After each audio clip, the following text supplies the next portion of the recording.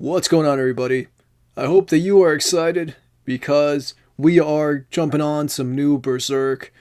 I'm going to be covering the Black Dog Knight arc in this video, as well as finishing up the arc before that, where they try to rescue Griffith. So we'll be covering those two arcs. And sadly, I will not be finishing the Black Dog Knight arc today in this video, because that arc is super long, and I tried to cover as much as I could in this video, but sadly I won't be able to cover everything because I really wanted to get to the eclipse. But we will be hopefully doing the eclipse in the next one, because in the next video I want to finish up the Black Dog Knight arc and get right into the eclipse, because that's literally the next thing that happens after that. So I don't want to kill a whole lot of time in this intro. Let's get right into it. Let's review some Berserk. Casca and Guts lay naked in the woods and talk about their first time together, which incidentally is their first time ever making love in general. What's great about this scene is Guts' reveal to Casca that he never minded her touching him. He couldn't stand anyone else putting their hands on him, but it was okay if it was Casca. Casca asks Guts the burning question. They've seemingly found love within one another's arms. Will Guts stay with Casca and the Band of the Hawk and nurture this blossoming love? And the answer, unsurprisingly, is no. Guts still wants to make his own path and find his own glory in his own way. The Band of the Hawk's glory, Griffith's glory, is not Guts's. He grew as a person, experiencing much and more from the world. He even meets a blacksmith named Goldo and his young daughter. Goldo is the archetype for every single goddamn Souls blacksmith you've ever met in that entire franchise, stemming back to Demon Souls. He says something, though, that resonated with Guts and his thirst for the battlefield, and it ties into his proclamation made years prior about how he saw himself dying in battle. Goldo lives to be a blacksmith and has known nothing but this single craft since birth, even claiming to have been born with hammer in hand. What he tells Guts is, "There is one thing I like about being a blacksmith. Sparks. Sparks are nice. I get engulfed in them. It feels like my own life, for an instant, is springing into the air before my eyes." For Guts, he feels most alive when his sword meets another's in combat. All the little sparks that spring out when swords clash, Guts thinks in prose one might never have considered being uttered by what was once seen as a merciless killing machine. All the thoughts of your life and your enemies, striking and scattering the tiny lights of existence itself. In a thoughtfulness unseen, Guts summarizes his true happiness, where he feels most like himself, for no one else's sake but his own. He would not be swept up and swept away in the current of someone else's dream. As Guts tells Casca his dreams and ambitions, she becomes upset and even lashes out at Guts. He says he'll stick around until the Band of the Hawk rescues Griffith and it can be reformed and stand on its own 2 feet again. However, once that time comes, he will see himself out, as he doesn't wish to ever draw blood or enter battle for anyone other than himself again.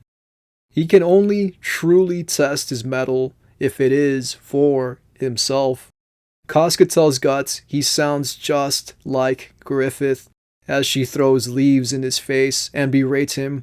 Like Griffith, all he cares about is himself and his dreams, until Guts asks Casca to go with him.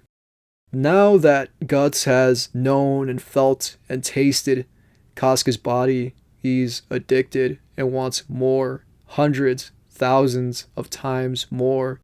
The admission of which leaves Casca red-faced, but not upset. She would love to go with him.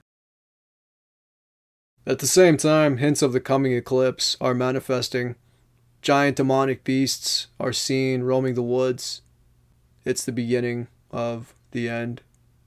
We see some of Griffith's childhood when he was but a small boy.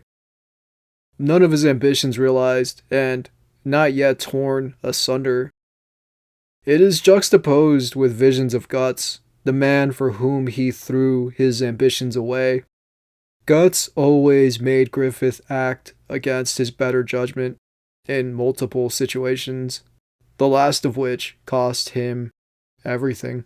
Sees his promise approaching, his chance to be reborn at the cost of everything for everyone else, including Guts.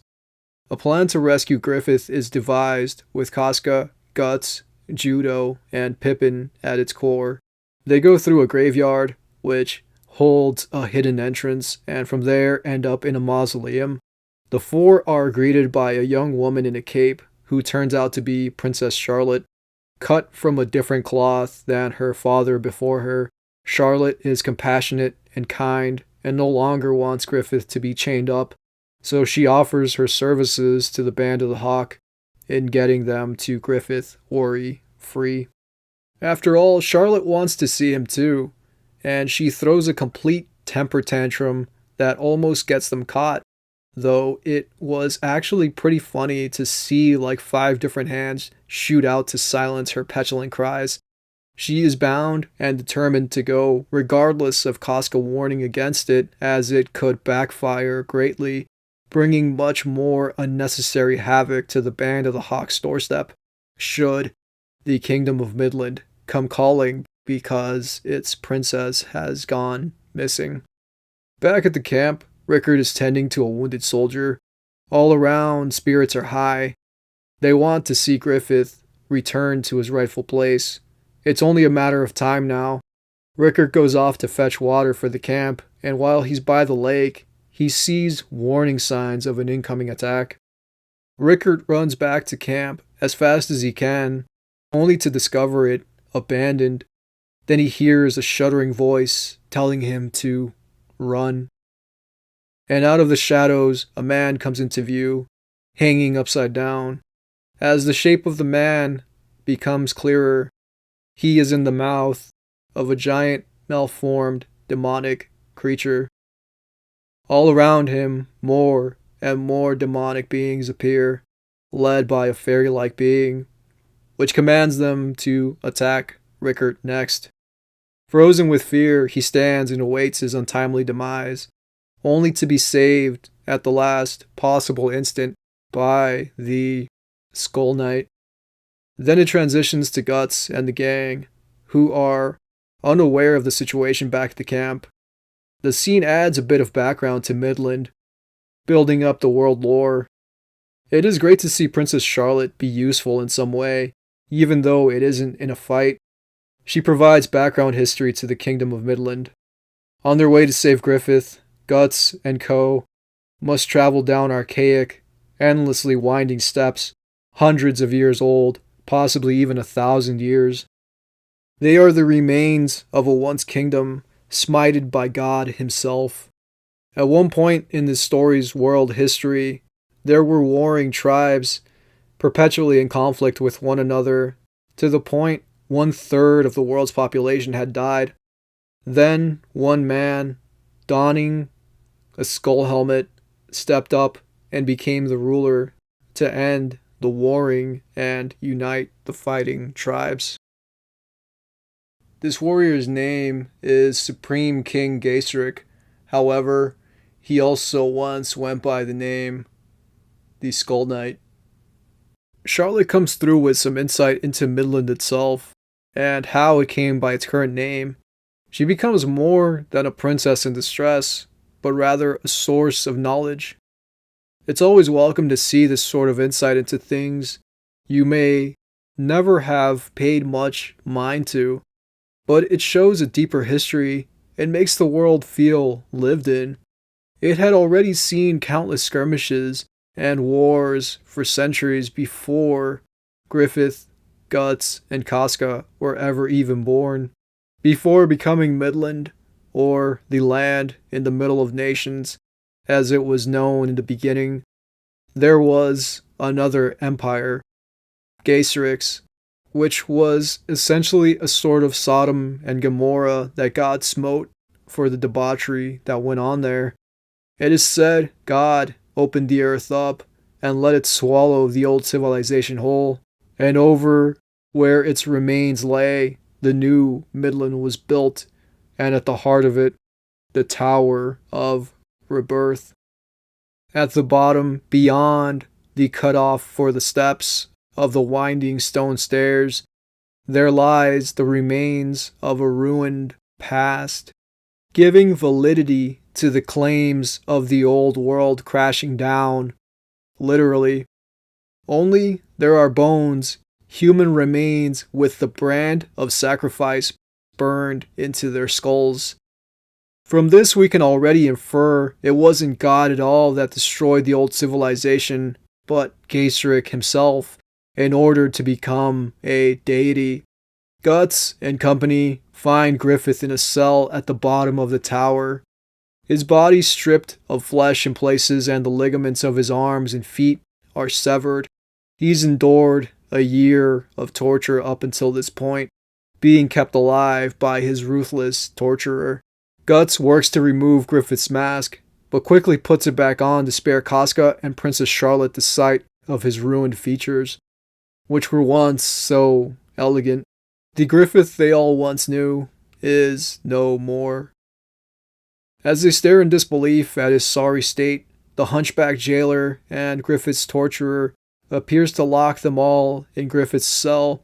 As he does so, he brags about what tortures he's done to the man. As Griffith listens to the jailer fumble around words through a heavy lisp, his agitation grows stronger with each passing moment. Finally, sick of the jailer's mockery of Griffith, Guts attacks, breaking through a multi-layered door and running the jailer through the arm. He picks the squat man up off the floor with his sword and hangs him over the pit of the last cell, where the remains of Gaisric's abandoned legacy lay, before casting the hunchbacked jailer into the black pit.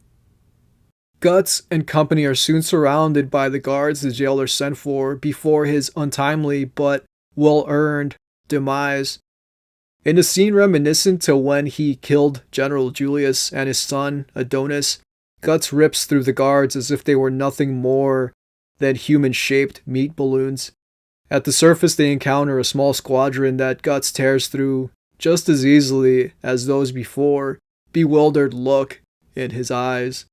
We then see the King of Midland for the first time since Griffith's capture, only he looks like he's aged about 20 years. He looks like King Viserys in the House of the Dragon. It's unreal how he would have found a way to make that disgusting old man look even more decrepit than he already did. Upon seeing the Band of the Hawk, the king laments, "You should have rotted away beneath that tower long ago. You've crawled out from the depths of darkness to take my Charlotte again. So you would steal my light and run. I won't let you." And so the king summons a group called the Bakiraka. They legitimately look like characters straight out of a fighting game like Street Fighter or Streets of Rage. The Bakiraka is a group of 5 highly skilled individuals from what is considered a murderer's guild. The king makes them the proposal to save Charlotte, but in doing so, makes sure not a hair on her head is harmed, or else he will have their whole clan wiped off the face of the earth. In the catacombs, Guts' party run into this group, and chaos ensues. It takes a lot of smart thinking to get out of this situation. The 5 members of the group are unnamed, and they don't last long enough for their names to matter anyway. There is an impish one that crawls out of a hole in the wall and shoots a dart at Guts and crew. However, it is Princess Charlotte who notices it and sticks her arm out to prevent it from hitting Griffith. Charlotte's come a long way from when we first met her, no longer afraid of being dirty or of getting hurt, even blatantly putting herself in danger in the name of the man she loves, Griffith. Guts immediately cuts down the impish mercenary, and a temporary truce is called. If the Bakidaka return without Charlotte, they're as good as dead. The Bakidaka have an antidote to counteract the poison. If Guts' camp lets her go with them, they will save her life. After this is agreed upon and Charlotte is whisked away to safety, the remaining Bakidaka immediately recommence their assault. One from below the water, another from the ceiling, and a third attacks from afar with ranged weaponry in the form of spears he launches with a curved sort of paddle.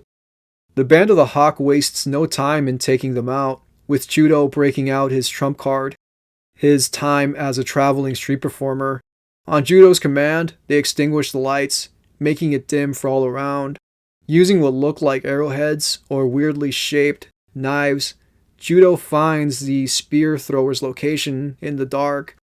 Once he has his position, Judo throws 2 more knives into the man's throat. At the same time, Pippin strikes a wall, creating sparks that reveal the other 2 enemy positions, and in a few quick strikes, 4 of the 5 Bakidaka members are brutally dispatched. The 5th member of the Bakidaka group attempts to take Guts and company out with an explosion, but thanks to Pippin's experience in a mineshaft, they're able to make a narrow escape. Pippin strikes a hole in the tunnel ceiling, making a vacuum for the fire to filter out. It was cool to see all these side characters being useful, and not just relying on Guts to do literally everything. Charlotte is given a moment to shine, as well as Judo and Pippin. I consider Casca to be a lead. She's had plenty of moments to prove herself, to prove her worth. It's a shame what comes next, and it is a tragedy what will inevitably befall her and the rest of the Band of the Hawk. The 5th and final member of the Bakidaka mercenary group is killed by the king himself, run through the midsection with a sword. After that, the king turns his sights on the handmaid, blaming her for Charlotte's actions. Only Charlotte steps up and defends her. Charlotte also asks for him to leave Griffith be, seeing as he suffered enough in the year he was tortured below ground. In Charlotte's own words, he cannot even use his hands or feet, and he has no tongue with which to speak. In this state, Griffith can cause no harm to anyone. The king agrees to leave the man be, for his daughter's sake. Only as soon as she is out of earshot, he immediately calls for Griffith to be hunted down and beheaded, and for the head to be returned to him personally. He's stark raving mad, eyes not even matching up any longer, one drooping below the other. He calls for the use of the Black Dog Knights, whose leader Wild looks like Ludwig from Bloodborne. The Beastman seems all too happy to take the task on, saying he has plans for this destined meeting. Could be he is all too aware of the coming eclipse, in the way that Zod and the Skull Knight both are. There is so much going on here, as is the case all throughout Berserk. Tons of moving cogs all at the same time, so it is difficult to cover everything. However, we do get context as to the Black Dog Knight's origin. In real-life history, criminals have been pardoned for participating in wars. Can't say for how far back the practice has gone, but it is one that carries on even today in different parts of the world. Wild was a prisoner probably because he allowed himself to get caught, likely finding some odd enjoyment at the thought of being kept chained, given he could easily crush a man's skull with his index finger and thumb. It was the King of Midland who pardoned and made Wild the leader of the merciless band in service to the crown. Wild and the men he employs are ruthless killers, as well as savage serial rapists. The way they dress, the Black Dog Knights legit look like they could easily be in the Mad Max sequel, the Road Warrior. The Black Dog Knights come upon the remnants of the Band of the Hawk, the king's last-ditch effort to get Griffith's head, as they flee via horse and carriage. Guts stays behind, along with Pippin, to see to these men, and regardless of how many men Guts and Pippin cut down, they never cease to press onward. Guts observes fear in the men's eyes, but not fear for Guts' sword. The fear in their eyes is for what Wild would do to them if they tried to turn tail and run. One of his lieutenants does quickly learn what cowardice begets when his skull is completely obliterated by the Black Dog commander. Wild sees his men as expendable, though he doesn't have a dream like Griffith did that he throws his men into the meat grinder for. Wild just simply enjoys the fight. He sends his men over a bridge as it explodes, and then recklessly leads them into an ambush with rocks being dropped on their heads. His single vision is chaos and carnage, or as his creed goes, to enjoy and excite. Guts senses the same bloodlust on the Beastman as what he sensed on the Skull Knight and Zod before him. The three are of the same ilk, and the premonition Zod made about Griffith a year prior returns to haunt him. When his ambition collapses, death will pay you a visit, a death you can never escape. The eclipse is nigh upon us. Yo, it's himself, the Shadowrunners clique, aka Sleep Allah. Take you on a mental and live one day, y'all. Sheets, y'all. Guns, y'all. Yo, who got the guns? You got the coke. Hustling them through like big punch cholesterol before he croak. Rest in peace, but a blessed peace and live to one day lay in shoots. Rap over beats and tell wild stories, the mythology mystery. Choke on your own misery. Fuck them, we're the wild bunch. Yo, I asked him if this bike could punch. This shit made me lose my lunch. Bro grabbed the rocket, I said chill before he cocked it.